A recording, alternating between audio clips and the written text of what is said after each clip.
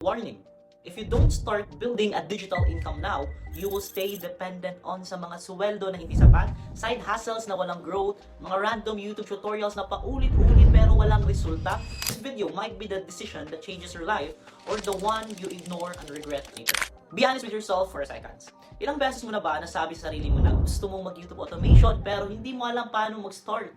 Wala kang camera, mahiyain ka, at ang dami mo na mga pinapanood ng mga YouTube tutorials pero wala pa ring results. Sayang yung oras, sayang yung effort.